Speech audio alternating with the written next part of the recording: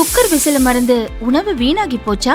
இனி அந்த கவலையே வேண்டாம். வழங்குகிறோம் உலகின் முதல் விசில் கவுண்டர் குக்கர், புதிய அல்ட்ரா குரோனோ. அல்ட்ரா என்றால் ஆரோக்கியம். தமிழக காங்கிரஸ் தலைவராக MP மாணிக்கம் தாக்கூர் நியமிக்கப்பட்டிருக்கிறார். தேர்தல் முடிவுக்கு பின் அக்கட்சியில் முக்கிய மாற்றமாக பார்க்கப்படுகிறது. இந்த நியமனம் உடனடியாக அமலுக்கு வருவதாகவும் அறிவிக்கப்பட்டுள்ளது.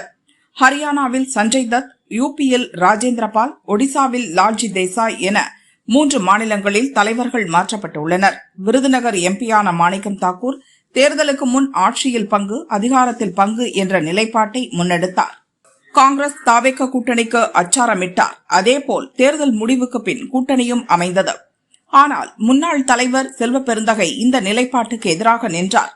செல்வ பெருந்தகைக்கு சில உடன்பாடுகள் இல்லை என்றும் அவர் அதிருப்தியில் இருந்ததாகவும் அரசியல் வட்டாரங்களில் பேசப்படுகிறது.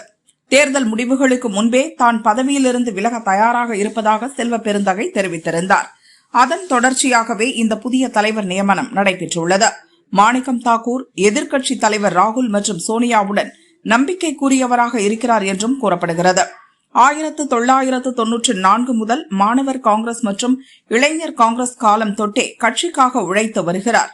பார்லி காங்கிரஸ் கொறடா மற்றும் ஆந்திர காங்கிரஸ் பொறுப்பாளர் என பல தேசிய பொறுப்புகளை கையாண்ட அனுபவம் மிக்கவர்.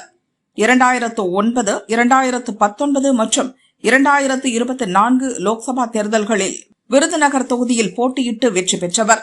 புதிய தலைவராக நியமிக்கப்பட்டுள்ள MP மாணிக்கம் தாக்கூருக்கு மனமார்ந்த வாழ்த்துகள். மக்களுக்கான தங்கள் பணி மேன்மேலும் சிறக்கட்டும் என முதல்வர் விஜய் வாழ்த்தியுள்ளார்.